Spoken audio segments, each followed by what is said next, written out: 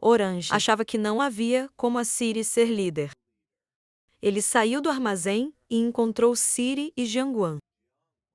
Então ele perguntou o que eles faziam ali. Ciri respondeu que eles temiam que algo pudesse acontecer enquanto ele descansava. Então, eles o estavam protegendo. Johan sorriu e agradeceu pela preocupação, mas que eles também precisavam descansar.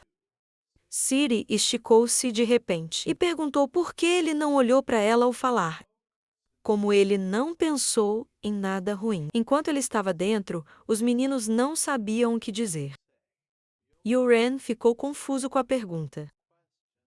Então, ele perguntou se a Ciri era boa, a qual ela ficou irritada por ele mudar de assunto. Yuren voltou ao depósito, e Sari resmungou que ele pensava assim. E ela sabia disso. Entregou a ela um papel e um lápis. Ciri, surpresa, perguntou o que era. Ele sorriu e disse que era um aviso, que seriam colados na janela do depósito. Johan começou a dizer que, se houvesse um problema, devem ir ao estacionamento. Se quebrassem uma janela ou fizessem barulho, eles atirariam imediatamente. Ciri, apoiada na parede. Anotei tudo o que o cara disse. Ela escreveu letras tortas no papel. Johan coçou o queixo e disse que, claro, ele não queria falar sobre as habilidades de Ciri. A garota enrubesceu e pediu que ele calasse a boca, sendo que ela mesmo conhecia John. Quando perguntado e surpreso por que precisavam de um anúncio na janela, Johan pediu que eles ouvissem atentamente como lidariam com zumbis no futuro. Ele franziu a testa e disse que depois disso, os mais perigosos seriam os humanos. De repente, Johan interrompeu. Ciri mostrou que havia conseguido. Com um sorriso constrangido, Johan sacudiu a cabeça e disse que ela nunca deveria ser líder. A noite caiu sobre a loja de departamentos. Johan estava deitado em uma manta. Quando alguém perguntou se ele estava dentro, ele se levantou. Ele esfregou a cabeça e disse que sairia logo. Ray estava parado fora da porta. E quando ele perguntou o que estava errado, ela disse que disseram que não havia água. Ela disse ter verificado, mas não havia água em nenhum dos banheiros. Os banheiros femininos ou masculinos. Ele penteou o cabelo, pensando que os bons tempos acabaram. Ele pensou no reservatório de água no telhado, estando completamente vazio. Então, ele pediu que ela reunisse todos. Havia pessoas no hall fazendo barulho. John perguntou onde estava Raik.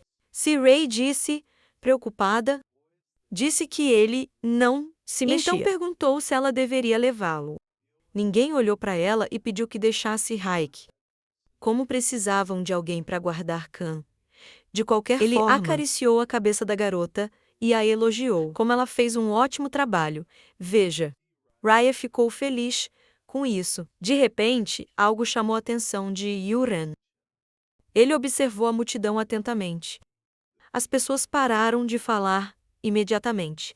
Yuren ergueu a arma. Ele disse: todos sabiam que o abastecimento de água havia sido cortado. Até que encontraram uma solução. Não podiam desperdiçar água. Então ele se lavaria com toalhetes úmidos, com um papel levemente umedecido. As pessoas ficaram muito tensas. João ergueu as sobrancelhas, surpreso. E por que estavam insatisfeitos com o que ele estava dizendo? Ele largou a machadinha e disse que se tivessem levado em conta a situação. Há 4 meses, usaram os recursos com sabedoria. Eles ainda teriam água limpa. Agora. Johan ajustou a alça de seu arco cruzado e disse que seus métodos eram rígidos, mas ele os ajudaria a sobreviver, mesmo depois de tudo. O alimento da loja acabou.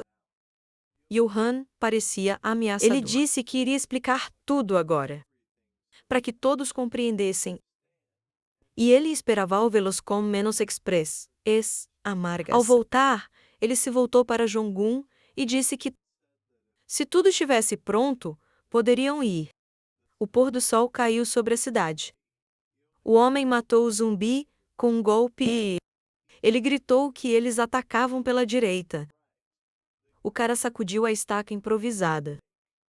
Ele atravessou 2 zumbis de uma vez. Johan elogiou. As pessoas começaram a retirar os cadáveres. Quando John perguntou se estavam terminados, Johan disse que parecia tudo, mas pediu que ele esperasse. Ele cortou a grelha de metal, causando um barulho de moagem imediatamente. Um som ecoou pelo salão. Ao mesmo tempo, zumbis correram em direção ao som. Um zumbi surgiu atrás do rack. Ele resmungou baixinho ao mesmo tempo. Uma flecha de arcos e flechas atingiu seu templo. Johan ergueu a besta, dizendo que agora ele achava que eles haviam descoberto. As pessoas gritaram alegremente que haviam conseguido. Johan sorriu e disse que eles haviam feito um bom trabalho e que os novatos eram incríveis. Então, por que esconderam-se como covardes até agora?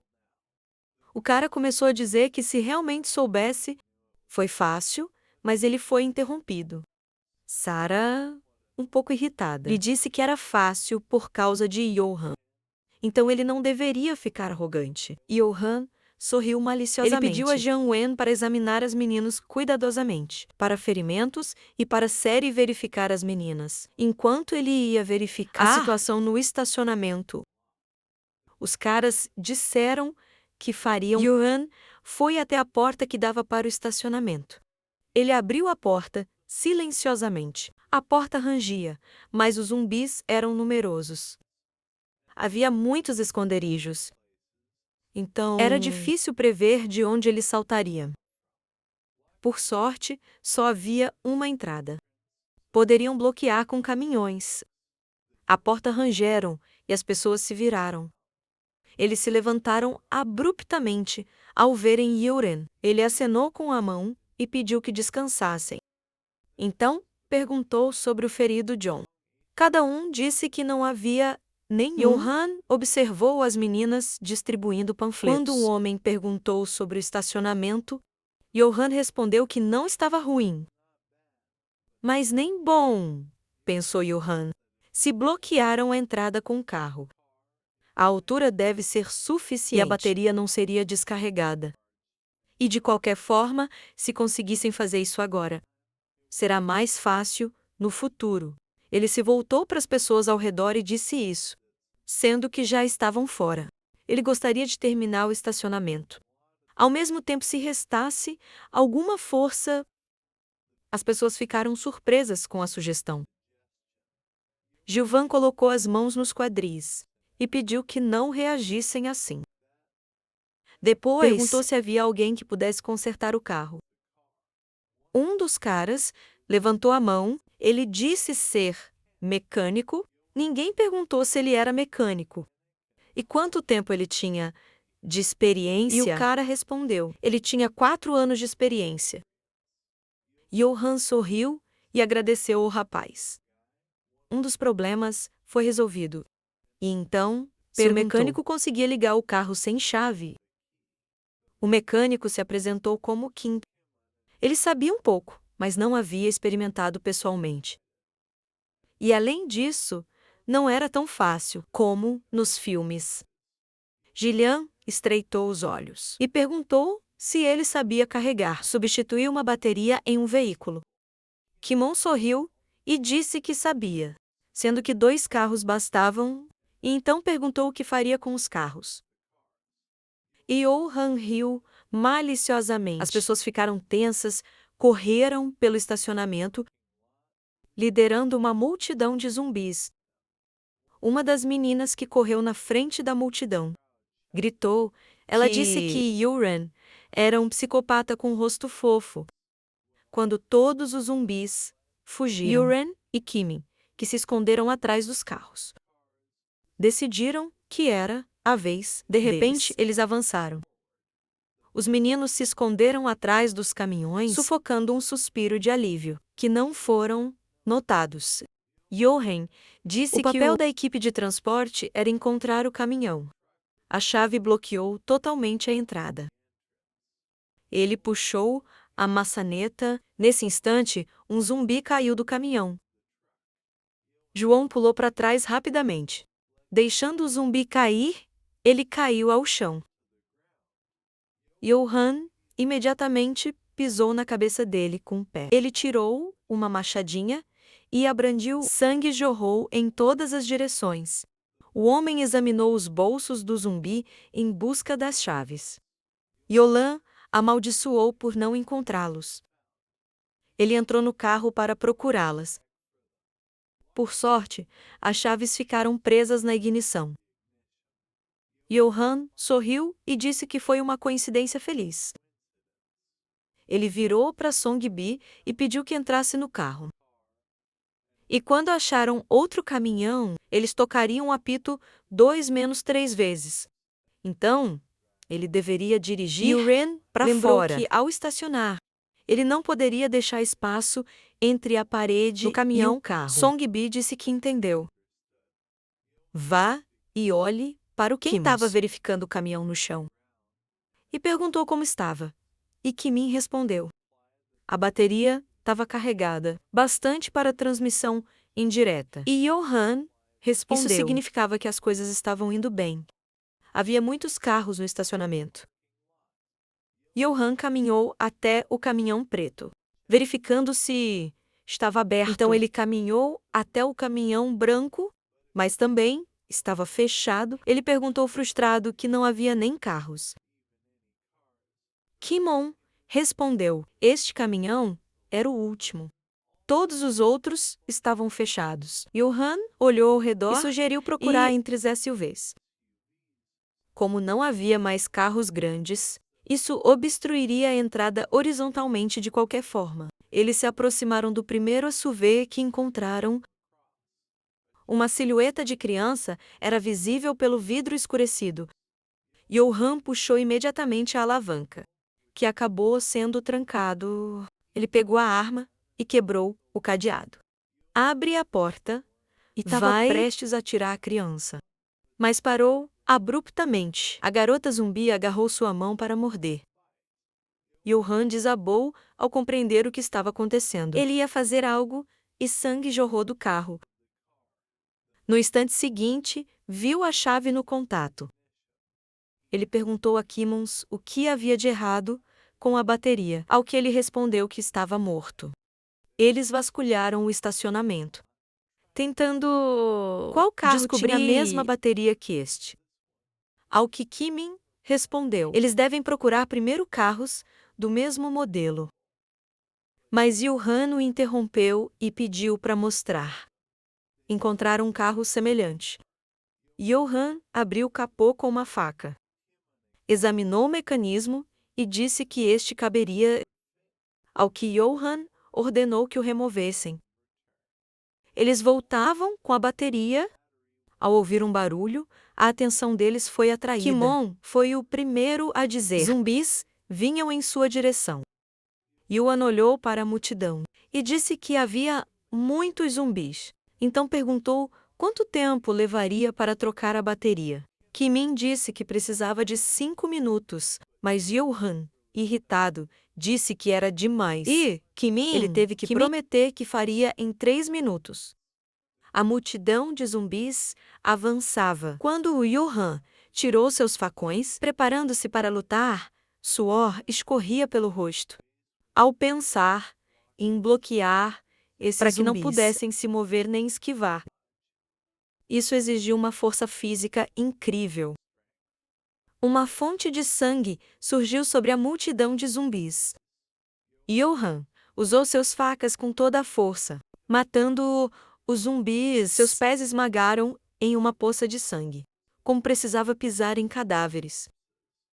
Ele cortou o pescoço de outro zumbi e repeliu o segundo com incrível velocidade. Ele também cortou a cabeça do terceiro. Zumbis avançavam de todos os lados quando ele perguntou a Kimon. Para apressar, as mãos do cara tremiam tanto que ele não conseguia acertar a chave. Ele praguejou em algum momento, suas mãos se abriram e ele jurou novamente. A chave de fenda, como em câmera lenta, começou a cair batendo no chão com um som estridente. Yu-Han, ofegante, lutou contra os zumbis atacantes. De repente, uma mão gelada pousou em seu ombro. Os dentes do zumbi quase atingiram sua garganta. O monstro pousou a mão no ombro de Yu-Han. Usando o outro ombro, o protagonista acertou imediatamente o monstro na mandíbula. Com todas as suas forças, Yu-Han perguntou ameaçadoramente: quanto tempo mais Kimon brincaria? Ao lado do carro, limpando o suor do rosto. Kimon disse que tudo estava pronto. Parado cercado por monstros, João gritou para o cara entrar no banco do passageiro. Ao volante, o protagonista chutou o que estava ali. O monstro que queria atacar o cara. Ambos os rapazes entraram no carro e partiram.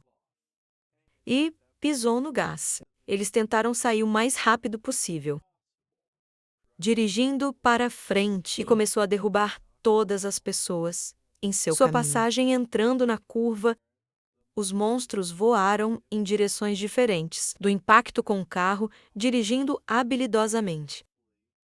Eles saíram do estacionamento. A música B estava no caminhão. Viu o carro de Yan saindo do estacionamento. Pressionando o acelerador, som B partiu bruscamente. O guia, irritado, tentou alcançar o carro o mais rápido possível. O caminhão saiu abruptamente do estacionamento. Entrando na caminhão, curva, bateu o capô na esquina do muro. Kimon exclamou admirado e perguntou se o cara era bom, sorrindo. E disse que esse cara era o melhor motorista. Olhando adiante, o protagonista pediu ao rapaz para se agarrar firme. Agora, ele ia mostrar suas habilidades em Tetris. Surpreendido, Kimon perguntou se ele queria mostrar suas habilidades de condução. O homem pediu ao surpreso que apertasse o cinto de segurança. O cara começou a se mover imediatamente.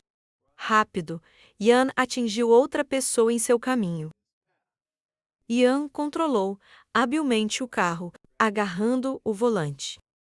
O rangido dos pneus foi ouvido no estacionamento. Ao se virar, o cara atropelou vários carros, agarrando-os com seu para-choque. O cara apertou com força o gás. Um chiado foi ouvido sob os pneus dos carros e fumaça de freios surgiu, colocando a mão no freio de mão. O personagem principal começou a recuar. Ele se virou, olhando pela janela traseira.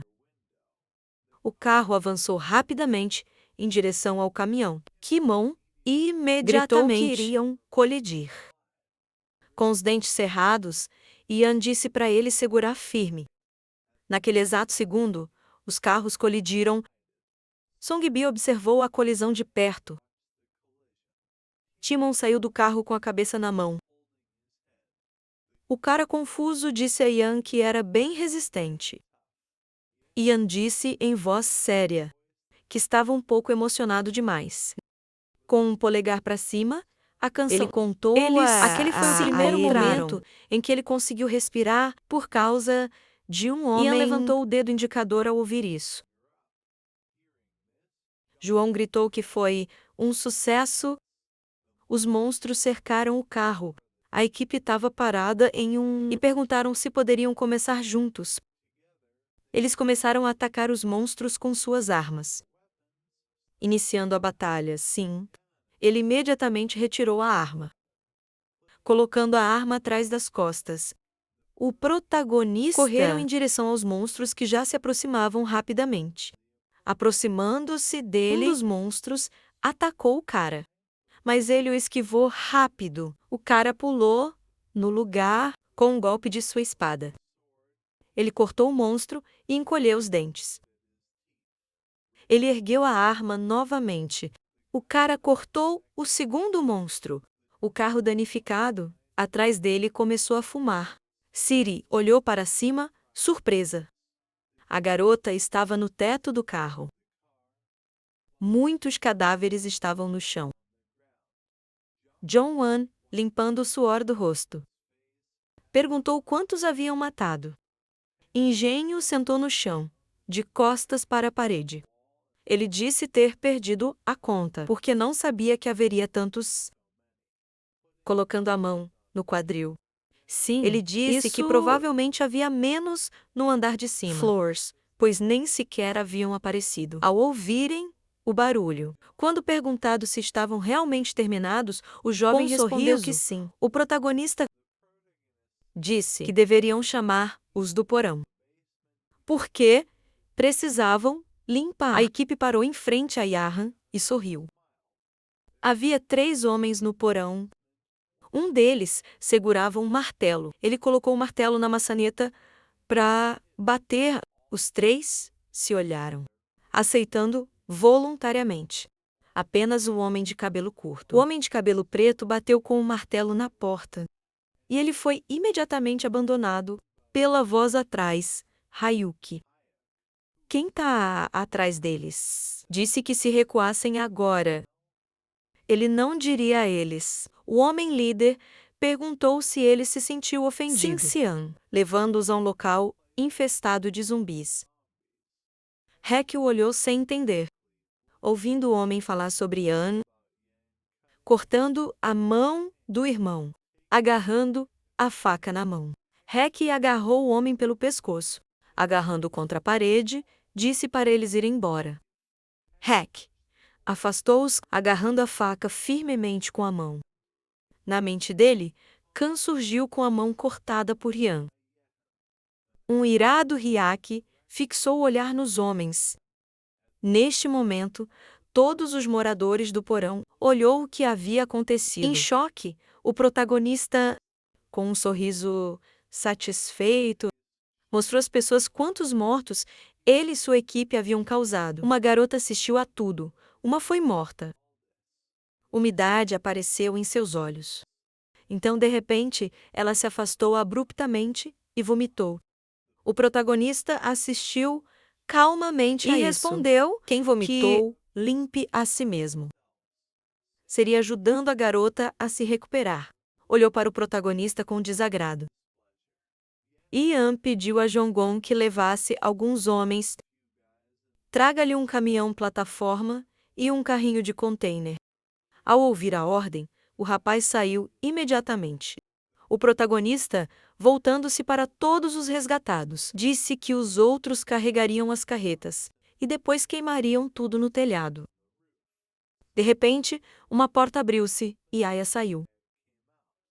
O que há de errado com Kan? O protagonista perguntou imediatamente. Voltando-se para o rapaz, quem imediatamente respondeu que tudo estava igual. Foi assim que foi, Yan respondeu. Ao desviar o olhar, Hek também se afastou sem responder.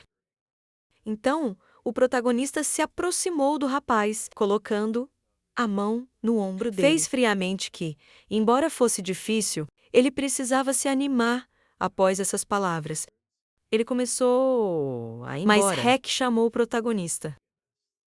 Meia volta, Hek disse alto que não se sentiu ofendido.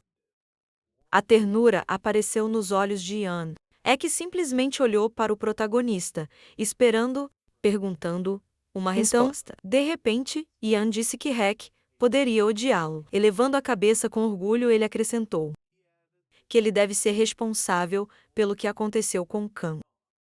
O que ouviu chocou Hek. O protagonista se aproximou imediatamente do rapaz. Chegando perto o suficiente, ele perguntou os nomes dos que saíram com Hek. E morreu sem esperar resposta.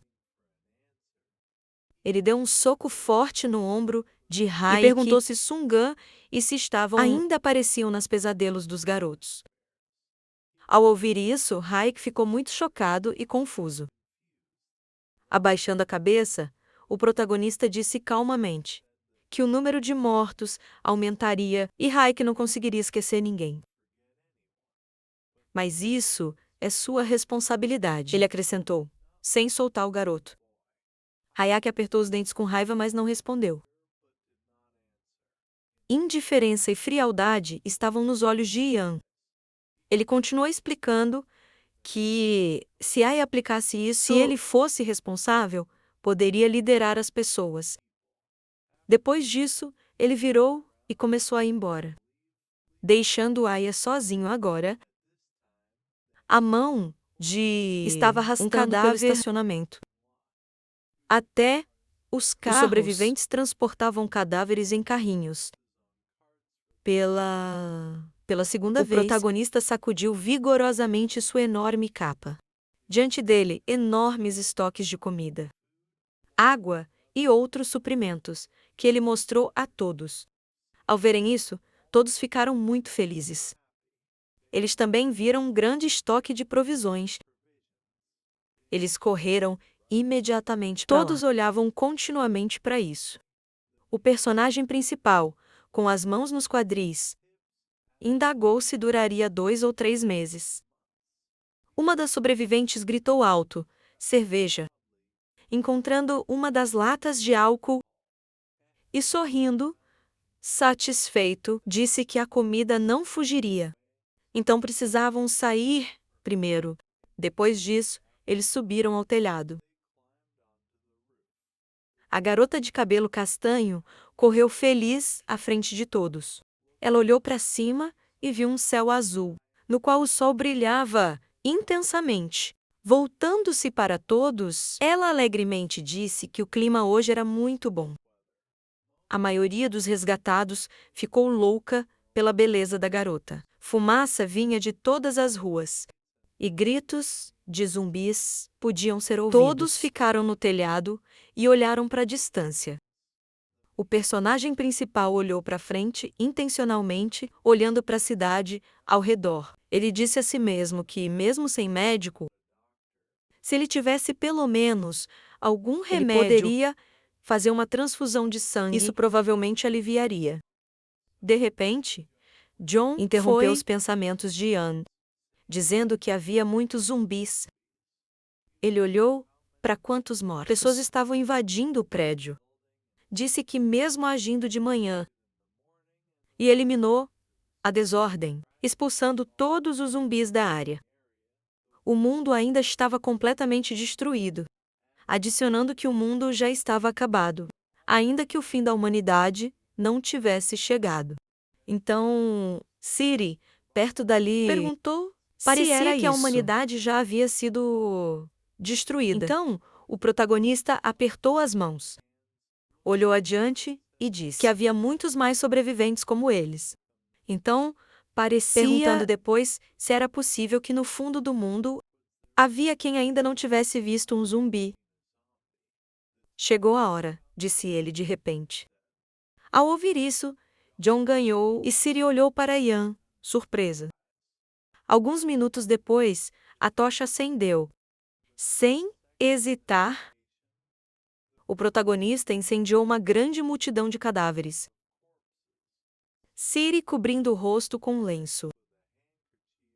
Perguntou se era necessário queimar os zumbis. Então, o protagonista virou-se para a garota.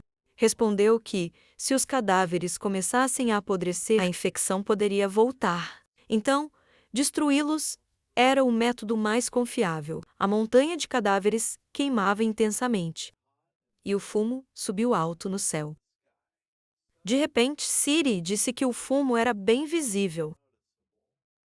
Depois disso, ela perguntou: o que fariam se pessoas os encontrassem?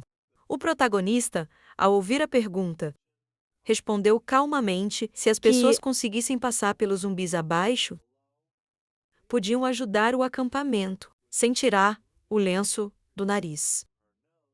Ciri perguntou o que aconteceria se as pessoas tivessem intenções ruins. E ele olhou para a garota pensando: claro que os mataremos.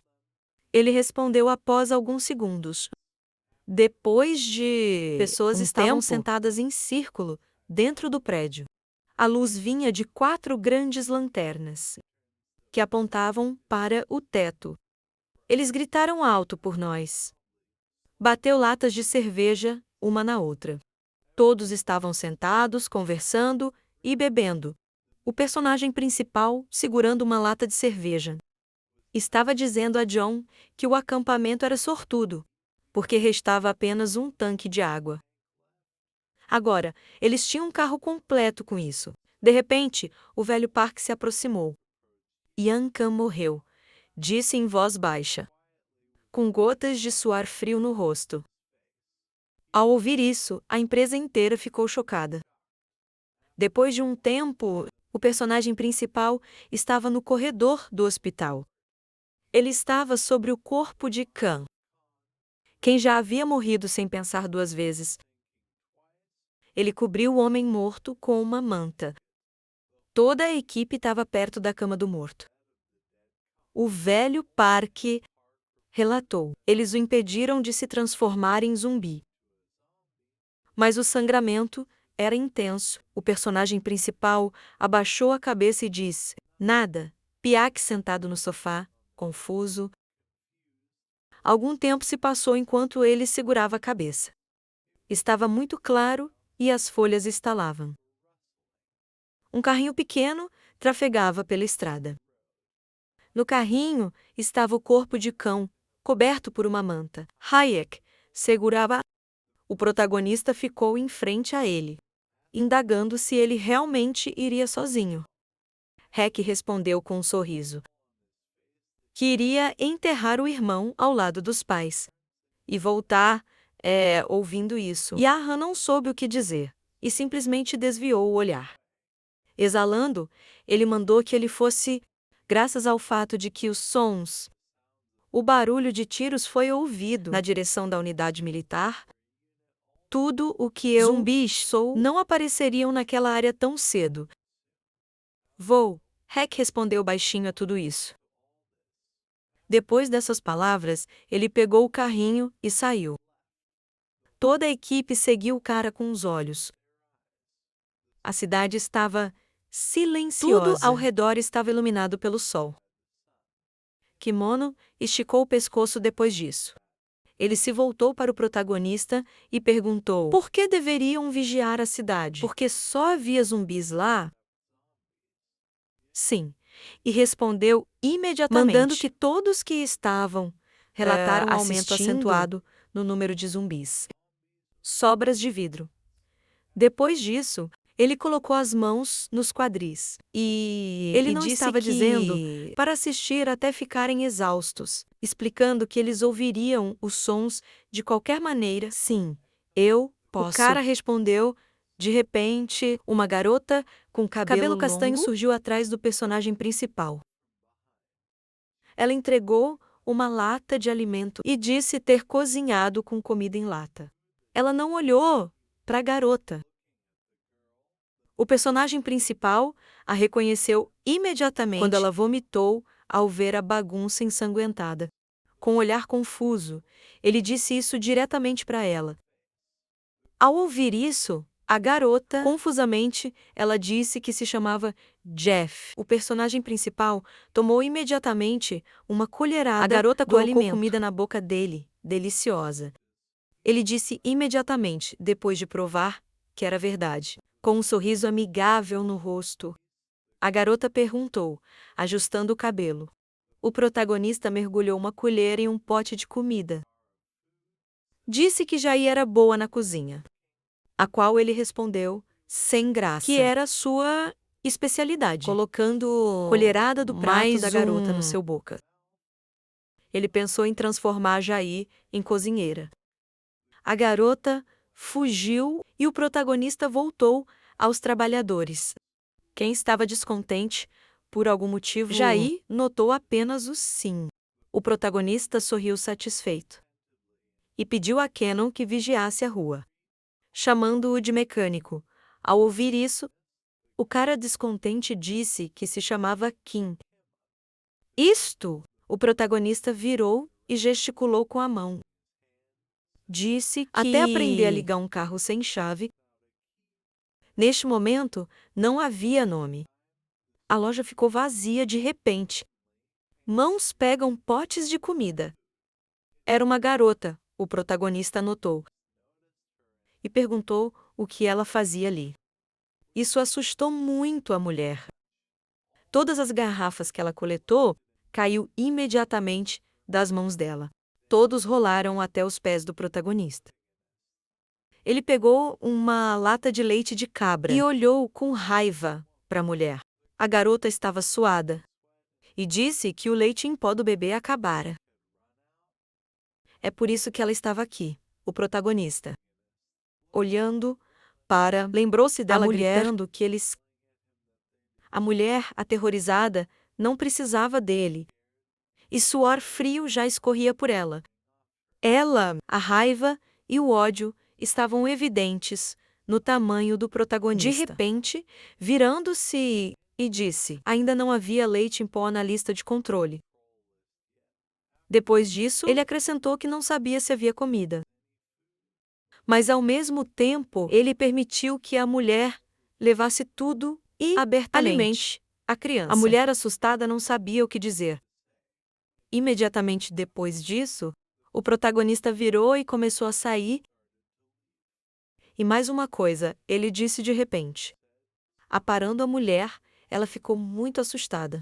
Voltando a se virar havia leite em pó na plataforma de carregamento. Obrigada, disse a mulher em voz tremida, com lágrimas nos olhos. Depois disso, o protagonista virou e começou a ir embora. Pensativamente, coçando a cabeça. Ele se perguntou se havia exagerado. Naquele momento, assustando-a muito. 2 trabalhadores já estavam na porta. Toda a equipe estava no escritório em uma reunião. O velho Park, de pé na mesa. Ele pediu que todos se reunissem aqui. Ao surgirem alguns problemas. O que aconteceu? O protagonista perguntou calmamente, colocando a cabeça nas mãos. Hark respondeu imediatamente que havia sido informado de que, recentemente, 3 pessoas quiseram estuprar Gerrai. Ao ouvir isso, todos se reuniram chocados. O velho Park tirou uma faca longa e disse que os 3 estavam vai atacar a Siri. Quem veio correndo após os gritos. Mas Sarah cortou a perna de um dos 3. Com uma faca, ele morreu. O protagonista perguntou imediatamente, com ódio nos olhos.